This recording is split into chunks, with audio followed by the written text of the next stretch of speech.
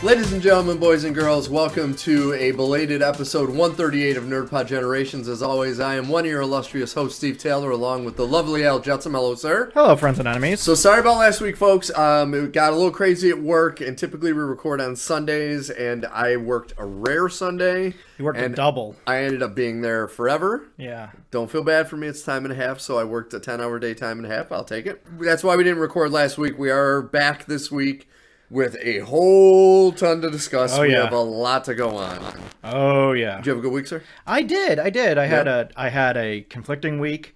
By the time this comes out, we might be more official, but there's a new resident in our house. Yes. So there was a lot going on this week.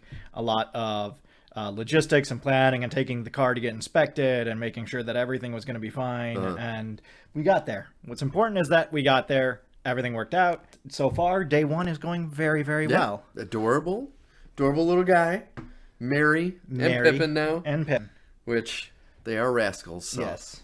So, but yes, it's been a time. It's been a time. How about you? How's your week been? Crazy. Work. But this is the end of a 3-day off in a row stretch. So that's nice. I feel relaxed. Yeah. I'm still sore from a lot of things, but I feel extra relaxed, and I get a nice back to my normal routine next week of I'll work Monday, Tuesday, and I get Wednesday off. So I got 2 days, I get another day off. So I'm like, all right, I feel nice and relaxed. I had a double batch of gummy last night, so I had a very well. I slept like a baby. Bet you did. I don't even know what happened in the world while I was out because nothing woke me up. It was great. Meanwhile, I was just so exhausted from driving that I'm sitting there trying to rewatch the movie for today. And I keep on which is like a movie that when you wake up, I've seen it before, so I've seen it once, so it wasn't like a big deal.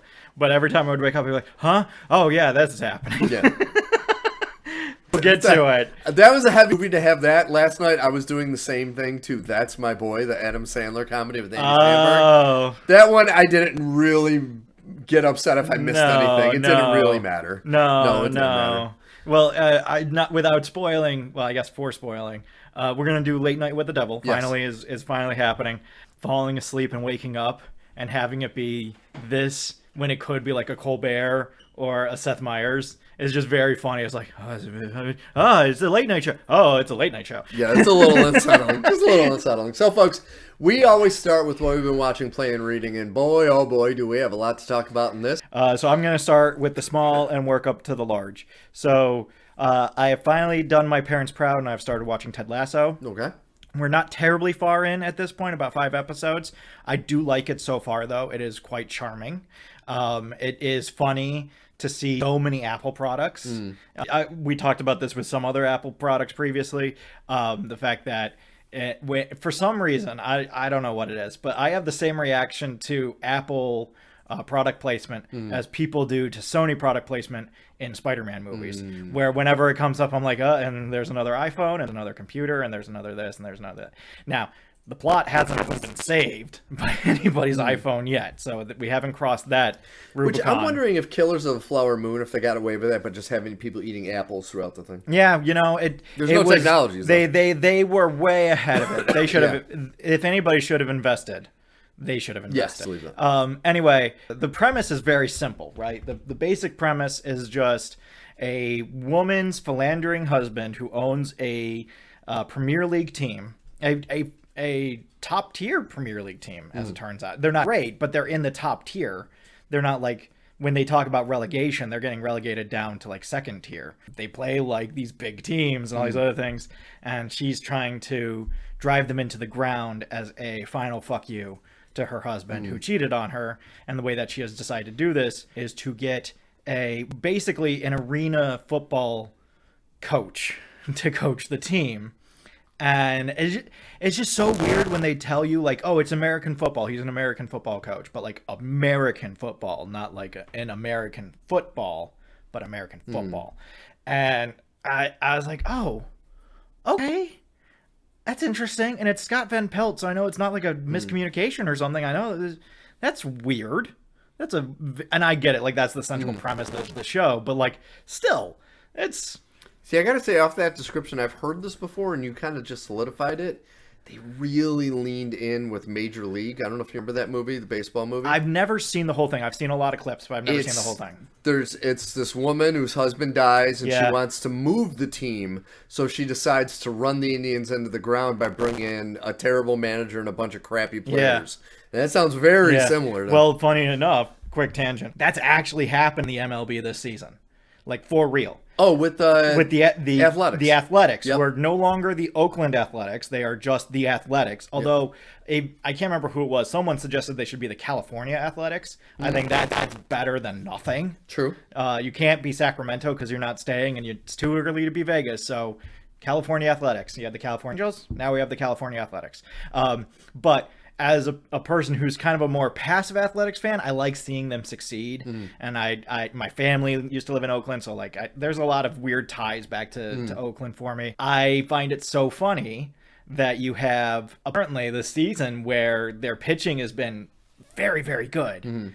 And the team is just being ramshackled by the owners because the owners are angry at the city, because the cities are angry at the owners, and the fans are most angry about all of this. And meanwhile, the team's actually not doing terrible. I think they're third in the West right now out of 5. That's not bad. That's not nearly as bad as it could be. So, but I've seen that a lot of just like, the movie Major League, it's actually happening this year in real baseball. So that's funny. Which funny you said that. My good friend lives in Chicago. He went to a White Sox game and showed his pitchers. And I looked at the pitch like, so you're having a good time. What about the 5 other people there? Because it's potentially the worst team in the history of baseball. And there was no one there. There was like 7 people. I heard that they had 27 runs scored on them in 2 games. Yes. That's insane. That's terrible. Insane. One of the things I have been doing is baseball. I've been trying to catch up on it. There's a whole story with me and the Yankees that I'll go into another time. Ted Lasso is very interesting. I like that you basically have that, like, it feels like one of those college football movies, where you have a college team or a high school team, and there's the coach that motivates everybody, and there's the coach that actually coaches the team. That's this. So you have Ted Lasso as the great motivator of all these people, and he's trying to bring all of them together. And then you have Coach Beard, who's my favorite character on the show, who doesn't say a whole lot, but knows everything. Okay. And so, like, when they're first hired, he's brought along and he's reading all these books on soccer, on Premier League soccer and how it works and all these other things. And so he's just constantly correcting Ted Lasso on little things. Like, it's not a field, it's a pitch. They call it a pitch. It's not practice, it's training. So I like it. It's interesting. I like it. I like the characters. Okay. It is one of those shows that's about a sport that has none of the sport in it. So you'll hear about them losing 4-1, but you won't see any play. You'll hear this big deal about them playing Crystal Palace. We won't see any of that. You hear about them coming in at halftime, down 2. We don't see the first half. We just see them coming into the locker room angry about how they're losing in the half. So if I had a comment, that's one of those things. That's one of those things that makes a sports movie a great sports movie and a mediocre sports movie a mediocre one. Is a great sports movie will show you the sport in action and have it be believable. And so I'm thinking, like, Remember the Titans, where you really feel like you're in the trenches on things, as opposed to something like Any Given Sunday, which I feel like got a little Oliver Stoney. I do like this show. I want to see where it goes. I find all the characters charming. I like that there's not the usual, like, 1, 2, 3 system of Ted is going to fall in love with the owner, or Ted is going to fall in love with the best player's girlfriend who's breaking up with him. And I'm hoping it doesn't go there. So far, it hasn't gone there, but there's 3 seasons of this show. I've been told by reputable people, also known as my parents, that the show never gets away from its charming elements. And if that is true, then that's one of those elements that I have to assume is continuously there, because I do feel like if you added a romance like that, it would take the shine off the apple for me a little bit. But I like it so far. It's pretty good. Next thing I wanted to touch on is I finished rewatching Last Airbender, the animation. Okay. Very good. This isn't necessarily a critique on anything in there. I think it's still a lot of fun. There are a few moments in rewatching it where I was like, but why does that happen and nobody cares about this? Why is this? But, very minor things. Things like how it's supposed to all take place within a year, and you're like, I don't know. The math on this doesn't make any sense. But then you get into the weeds about what's a year on this planet versus... Anyway, The reason I want to bring it up is because we have talked at length about animation stuff. Anybody who wants to, go on YouTube. I just posted all of our DC conversations, except for maybe a few smaller segments here and there. But all the full segments, they are now on YouTube if you want to go back and listen to us talk about animation. But what I found interesting about this was looking at the people that have worked on it. So you have like the creator, right? And he's done all of his things. Let me make sure I get his name right. Michael Dante DiMartino is the creator of the original show. So you have him and his team. But interestingly enough, you have directing a bunch of episodes, Dave Filoni. Really? Of Mandalorian fame.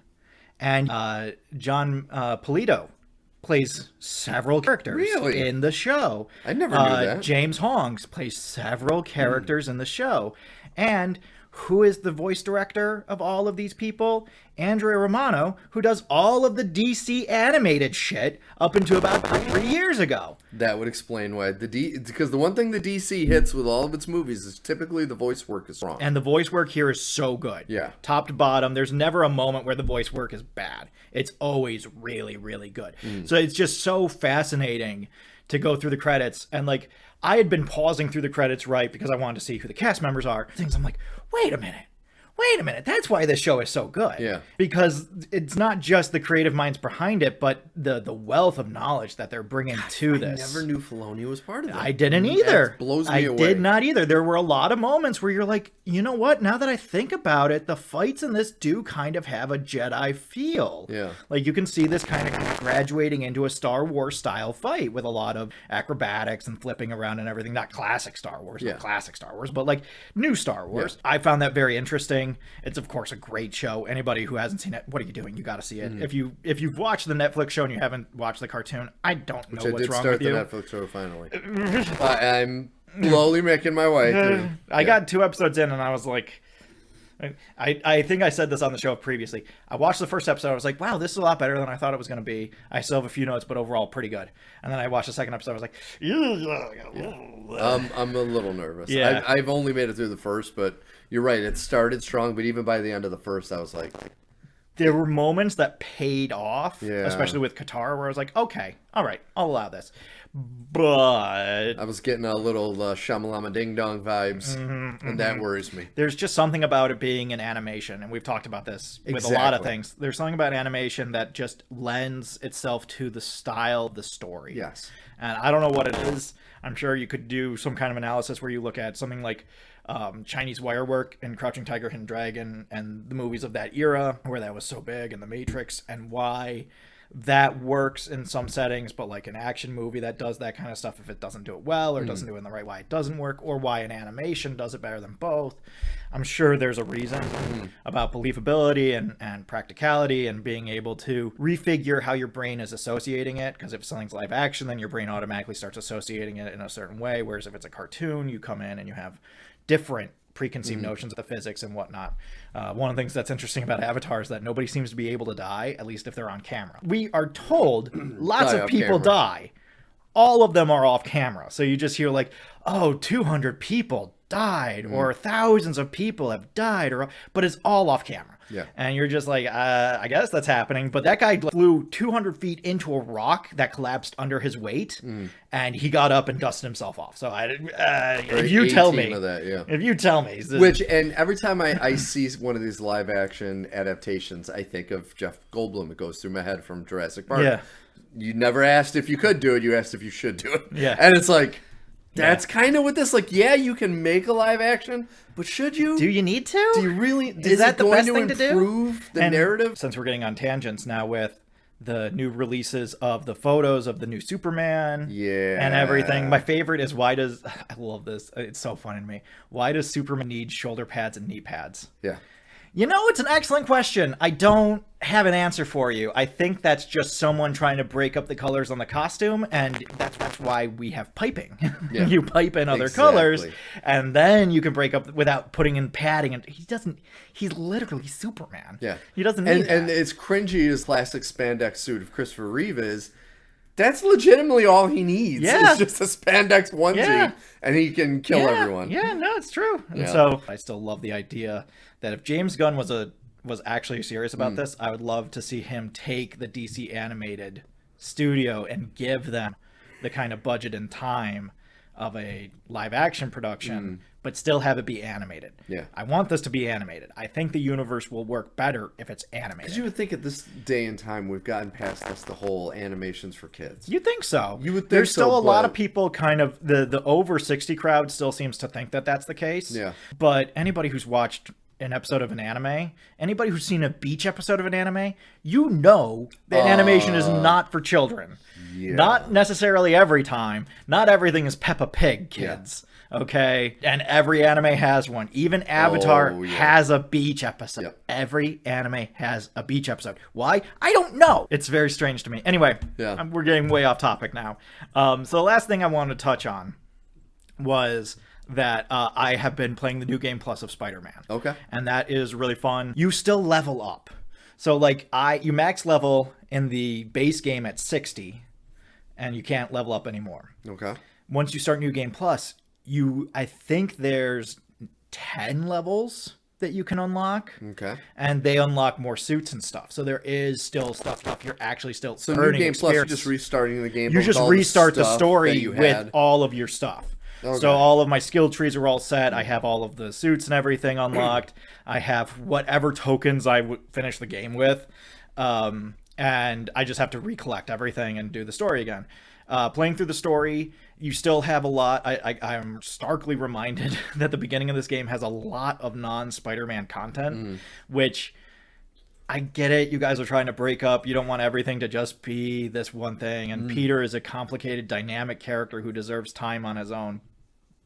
But there's a lot of bike ride here. Like a not insubstantial amount of bike I kind of riding. remember that beginning when we did Yeah. that. And I'm just like, wow, we're still doing this, huh? Okay. All right. Well, I thought we were going to be done with this, but I guess not. I guess we're going back to this well.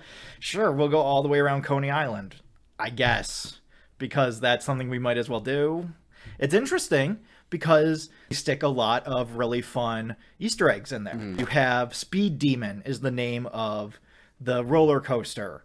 And Big Wheel is the name of the Ferris wheel, and there's a rocket racer. And so you're like, oh, okay, these are all like D-tier Spider-Man villains. And you're like, okay, all right, cool. At the same time, there is definitely like a sense of like, okay, all right, what are we doing here? There was at one point where I was just fucking around, and so they want to make it interactive. So you can move the controller, do things, press buttons, and you'll like wave your hands or shout or whatever. So I'm only doing it at the times where I shouldn't doing it. And when we get to the top of the roller coaster and start going down, hands down, straight up, just no expression. Nope, Because it's like, if you're going to make me do this. Yeah. And I say make. You can activate and immediately deactivate. But I still have to like click through everything, right? I still So have to do you take the think 10 this minutes is to click them through. just padding the game so they can say, oh, it takes 100 hours to beat? I don't know if it's specifically padding the game. I think it's an attempt to make the game more dynamic than just beat 'em up. So now you have something else to do. I got you. And, there's character development snuck in there. So you have little things like Harry doesn't want to go in the dunk tank, even though he used to love dunk tanks when he was in high school, because he spent the last 5 years in a tank. So he's kind of a little upset about the idea of going on a dunk tank. Like, I feel like this should be more dynamic. There should be more things happening. I'm still a little annoyed that you can't go back and look at some of the things you unlock. So as with the first two games, you have two different podcasts, the J. Jonah Jameson podcast, which I love, and this other podcast by like a Spider-Man proponent named Danielle. Okay. Each have different takes on the same things as the game is going on, right? They're talking about what just happened, what mission you just finished, but with two different takes on what's going on. They play on their own as you're going around the city. If you start anything, whether that's crime or a mission or pick up a item that unlocks a speech of some kind, that podcast stops and there's no way to listen to it. Oh, and that's so dumb. Yeah, there used to be. You could listen to every podcast from the J. Jonah Jameson podcast in the first game. Yeah. Not anymore. You can't do that. They got rid of that. Oh, well, that's stupid. And so there's a few things like that where I'm like, I was really hoping that New Plus would fix this. It didn't really fix it, and so this is still a stick in my craw of like, all right, it's fine. Is it a big deal? It's not a big deal, but it's annoying. It is definitely annoying. But I also still love this game for some of the adaptive choices that they made. I didn't go into how, spoiler alert, Peter becomes anti-Venom at the end. So you fully like jump over Eddie Brock's entire thing. This is like the antithesis of the Venom universe. Venom was like, oh, it's too complicated for us to do Peter Parker, so we're just not going to do it. And I was like, okay, we'll see how you do that. Mediocrely. Yeah, it's not great. And this is kind of them being like, oh, could we do Venom without Eddie Brock? It's not bad. I like it. I think it's Tony Todd plays Venom, like does the voice of Venom. Oh, that's awesome. And it's really good. Okay, that's awesome. It's really, really good. There's a lot of the Venom elements that I do really, really like. It's one of those things where when I'm playing through, I kind of have conflicting feelings about like, in the scope of the game, how does this work? What's the mechanic of this within the plot of the game? And then the more I think about it, the more I'm like, no, you know what? That actually does work. That does make sense narratively with what's happening. And so the only thing is, since they go through the whole process authentically of how Anti-Venom is created in the comics. Anybody who doesn't know, Anti-Venom is basically Eddie Brock gets cancer from having the symbiote. He gets brain cancer, I think. And he is going to die. And so he starts craving the symbiote. But the symbiote is now attached to Matt Gargan, the Scorpion, who is a part of the Dark Avengers under Norman Osborn. Whole thing, we're not going to get into it. It sounds like it's old. As a part of the fight, Mr. Negative charges part of the symbiote. Okay. Mr. Negative can basically take positive energy and turn it into negative energy. So the symbiote is all negative energy, so it becomes positive energy. So when it reattaches to Eddie, he becomes Anti-Venom. Okay. And he can basically heal anybody who's affected by symbiotes on a cellular level. He also has one of the greatest healing factors in the entire Marvel canon, to the point where he can pretty much cure any disease. And I bring this up because at the end of this game, Harry is still in a coma because they don't know how to heal his disease. So you have Anti-Venom here. Yeah. And you have Harry being affected by the Venom symbiote. And you have all of the everything that goes into those two characters reflecting each other. But Anti-Venom can't heal Harry of his disease? Why? But why? That doesn't make any sense. It sounds like it's a cop-out. Cop-out. Narratively. A narrative cop-out. They need a reason for Norman to be pissed at Spider-Man, so the next game they can introduce the goblins and all that.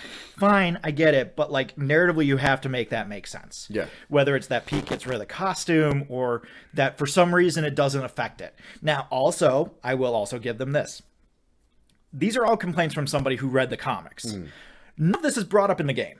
Okay? There is no big healing factor thing in the game to the degree that it is in the comics. So it's just omitted, right? So it's not like they imply that it could happen and then it's not done. They don't even talk about it. It's not even an option. It's not on the table.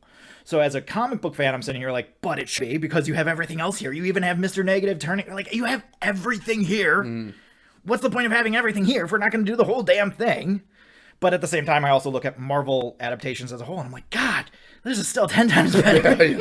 It's still so much closer to what I want. I think this thing has sold 20 million games, so you got to figure 18 million. Those people are like, oh, I have no idea about the fucking healing factor. Exactly. So, it in the grand scheme, we always go back on adaptation to how it affects the public persona of this story, right? Because that's the biggest complaint that we have when it comes to bad adaptations. Is they're taking the most public identification of this story and warping it to now become this other thing. So now Wolverine is 6 feet tall and nobody blinks an eye. Yeah. Everybody should be very concerned about this. This is very strange. If we're going to do an adaptation, I'd like to get as close as possible.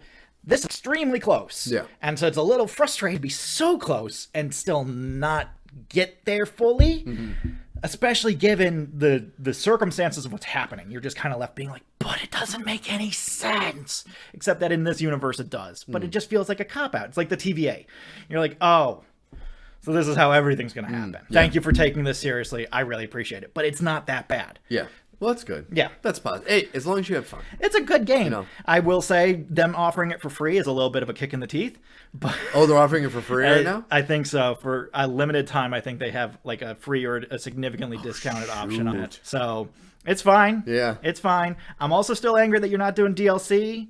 and that you've been very hot and cold on whether you're going to continue the series, and that you got rid of the multiplayer functionality. I think that they have to continue. They have to. It is easily now the most popular. It's above God of War. It's above, who knows if they'll ever make another Uncharted or Last of Us game. So it is their number one franchise right now. And I want them to lean into it because they are so good. Insomniac, for the issues that I have in terms of like the narrative play out, bike riding, taking care of bees. There's a lot of bee care at the beginning of this game for some reason. You have to mix the genetics, a lot of flowers. Just a lot of these little mini puzzles, but kind of just feel like you said, filler. They have some of the best Easter eggs ever.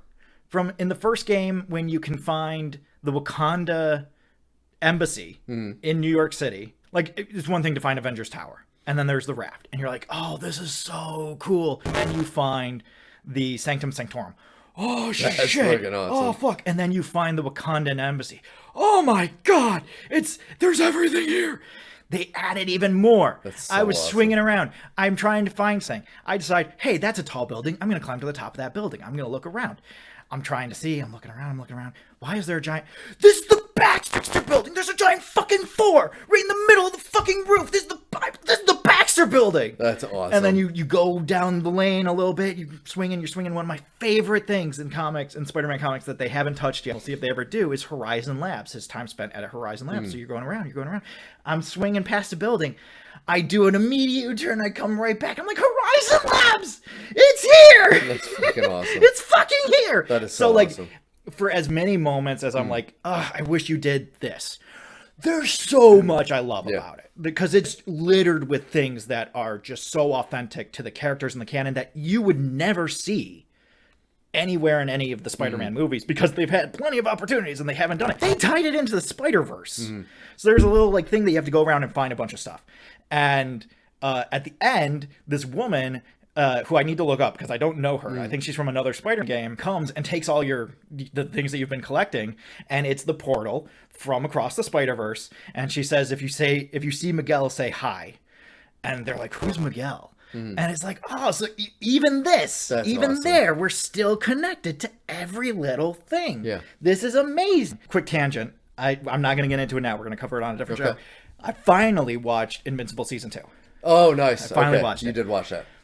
I love... It was really good. The moment when he finds Arachnoman fighting Professor Squid. Yes. That made me intolerably happy. And who is it? My boy, Josh Keaton, doing the voice. Yes. Fuck yeah. No, that second season was pretty good. It was really good. It was really good. I really enjoyed it. But going back to the video game, Sony needs to continue it for two big reasons. One, this current week, there's a lot of talk. Xbox has been closing a lot of companies, and they're struggling right now to even get any exclusives out. Really? And everyone says, well, Nintendo's not part of the big three. Okay. I think after the Switch life cycle, I think you have to consider it part of the big three. Not as far as, of course, horsepower, but I can't remember the exact number. It's over 100.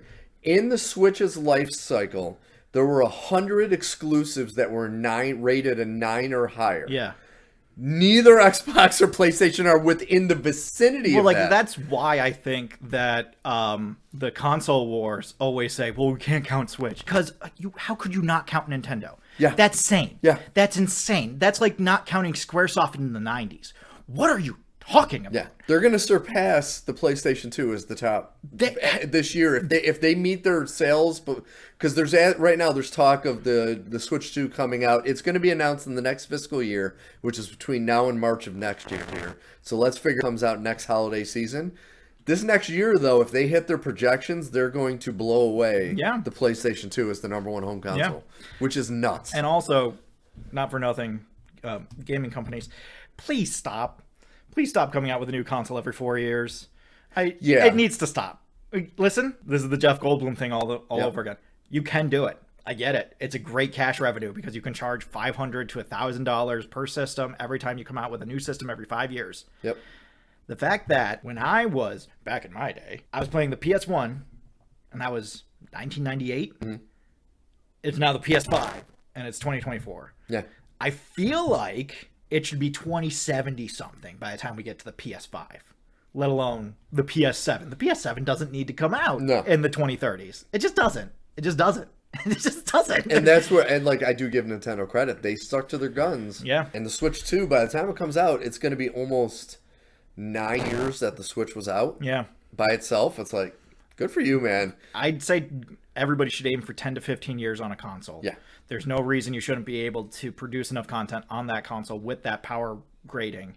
If you want to produce aftermarket stuff where you can add chips and things, people do that to computers all the time. I'm sure there's a way that you can. But like, find a way to do that. I'm glad you brought up computers. They're trying to keep in line with the computer. You're never PCs upgrade yearly. Yeah, your PC is going to be outdated. Yeah, you're never going to keep up with that. And I don't want them to. Frankly, no, they shouldn't. Yeah, because the way that they'll upgrade their PCs is by taking the part that needs to be upgraded the most and just upgrading that. Yes, you don't buy a whole. A rational person doesn't buy a whole new computer just to have a better graphics card or something, right? But that's what the consoles basically do, is they're like, well, we don't have enough computing power, so we need a new CPU, and we want a new graphics card, and we want a new cooling system. And it's okay, so we're just going to make a whole new one. It's like, you can't come up with something that I can attach to it. And they're fighting so hard with these upgrades to make the games look and sound better. But in a lot of ways, they're not running better, and they're not better. And the games aren't ready. Themselves aren't good. The games aren't done. Yeah. And how many games each year do we hear about? It's the No Man's Sky. There was one before No Man's Sky. Like this, where it's this game, everybody's like, oh my God, Spore. Yep. Oh my God, this game's going to change the way we look at video games. And then it's not fucking done. Yeah. And it doesn't work. And you have to download 1 million patches. And when it does, it's glitchy as hell. Even my beloved Spider-Man, so fucking glitchy. There have been so many glitches in that game. And some of them are funny, and some of them are just like, what's happening? I'm very confused. Is this okay? We haven't cut the feed. We're going to keep going. But like, there's just moments. You look at games like Cyberpunk. When that came out, it was a nightmare. Now that thing runs and looks mint. Exactly. Perfect. Exactly. You just needed to wait 2 more years to release the damn thing. I don't know if it's about not getting the hype train rolling too early or if it's something else, but I am not impressed. See, I think a lot of these companies are just getting over their skis. Where it's like, dude, put out, if you're these large companies, put out 1 or 2 massive AAA like titles a year. Yeah. And then fill it with, like, part of the reason why the Switch was so successful is a lot of their games that were 9 and above were not difficult games in today's world to program for a system. And they sold great because they ran well, they looked great. They were done when you bought the game. Exactly. EA, the game was fucking done when you bought it. Yes. And then you could download patches and that kind of thing. Yes. Tears of the Kingdom, the whole game worked. Yeah. Whether it worked brilliantly or not, the whole game worked. And then you could download patches to get rid of glitches and that kind of stuff. Exactly. The game has to be done, guys. Yes. And if it just keeps on getting postponed, then it keeps on getting postponed. That's what they did with both Zelda games. And what happened? They sold over 20 million each. Yeah. It's like, if you put out something quality, take your time, man. It's the exact same argument people had last year when Across the Spider-Verse came out. And they were like, oh, the movie's not done. And then Sony was like, oh, we can get it done by March next year. And all the creative people were like, we really can't. That's really not a thing. And all the fans were like, take your time because we'd rather have it be good and the quality that we've come to expect than just have it slapdash out because you feel like you need to. Yeah. So, well, fuck corporations. Yeah. What are you going to do? All right. You want to talk about Galactus, the great and powerful? We got to talk about, well, I was thinking there's actually 2 announcements we got to talk about. The first one is going to be the Fantastic Four, which the casting of Galactus and the unknown role casted for John Malkovich, which was an interesting addition. I think he's going to be Herbie. I think he's going to be the little robot Herbie, and then Paul Walker Hauser is going to be Mole Man. These are my guesses. That's too bad. You don't think so? No, I mean, I could see it. Yeah. But, like, you bring John Malkovich in, I want to see John Malkovich. His voice is great. Well, that's what they're going to go for, is they're going to go for John Malkovich as a robot overacting as a robot. Be the comedic relief. Yeah. And he's just going to go around. Even though you have Johnny Storm and Ben Grimm, I don't think we need a tertiary comedic relief. No, not even a little bit. I think anytime I've seen Herbie in anything, I don't care about him. So please don't try and make me care about Herbie. Because it's not going to work. Better creators than you have tried. All of them have failed because he's Herbie.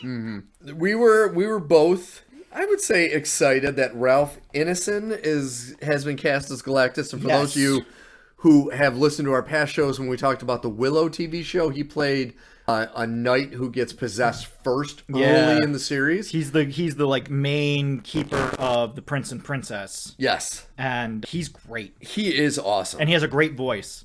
Yes. He has a great voice and a great presence. I think this is much better than Puss in Purple Boots that we had been promised previously. Yeah. With Antonio Banderas playing Galactus. And, you know, I'm glad they got rid of... I have nothing against Antonio Banderas, but I don't see him as Galactus. No. You know what I mean? This has been the thing with all of the Fantastic Four stuff. And I don't know if this is a Marvel mixing their paints thing, or if this is fans on the internet trying too hard to try and get hype trains going. There have been so many false starts. I've watched enough football to know when you have this many false starts, there's a problem. Who's going to be the Fantastic Four? Oh, it's going to be John Krasinski and Emily Blunt. And nope. Oh, it's going to be Matt Smith. Nope. Oh, it's going to be Pedro Pascal. Okay, we finally have a contract. We got one, it's going to be Pedro Pascal. Who's going to be Galactus? It's going to be Antonio Banderas. Nope. It's going to be this guy. Okay, fine. Great. That's an upgrade. I'm fine with that. Oh, Julia Garner is going to play the Silver Surfer. Everybody get upset. Except that she's not. Except that people in articles still refer to her as the Silver Surfer. So which is it? Is she going to be Shea LaBelle, or is she going to be the Silver Surfer Norrin Rand? Well, and that's where the incompetence of media who want to talk about pop culture but have no idea about it will say, oh, she's a Silver Surfer, but then you read the press releases, she's not. Yeah. The Silver Surfer's gonna be in it. It's his wife from the comics. It's like, all right. So who is it? You Who's can't just keep going back and forth on this shit, guys. So, like, this is my thing. It's just I'm looking at this, and Marvel doesn't have a lot of money in my tank anyway. No, very little. And so looking at this, I'm just like, oh, boy. And there's a long road to go. Like, they keep announcing these castings. It's like, getting the Fantastic Four on screen is a lot. They keep on announcing castings, and then it turns out that casting, not true. Yeah. And now there's a new person cast, but so him, also not true. Yeah. So there's just going to be a point where I'm like, oh, you remember when Paul Walker Hauser was going to be Mole Man instead of Josh Gad? Also, if you're going to do Mole Man, please be so smart about how you do Mole Man. Don't just make him a little weird, creepy fat guy who is just perving on Sue Storm. I'm begging you. Yeah, don't make him the Underminer. Begging you. Because, you know, they so want to make him the Underminer from The Incredibles. This is what I'm waiting for. They want it so bad. How is this going to work? Is this going to be a joke, or are you going to be serious about this? Because nobody has been able to crack this nut. I genuinely want to see someone do it well. Yes. I can't tell from your inferences how seriously you're taking this. I can't tell. And, like, for me, now that you have this quality actor, who's a very imposing guy, he's a big dude, I kind of would like there to be, like, motion capture or somewhat realistic with, like, maybe forced perspective filming to where you can actually have him in a suit. I think you could easily play off the part in a big suit and then do the forced perspective thing. Yeah.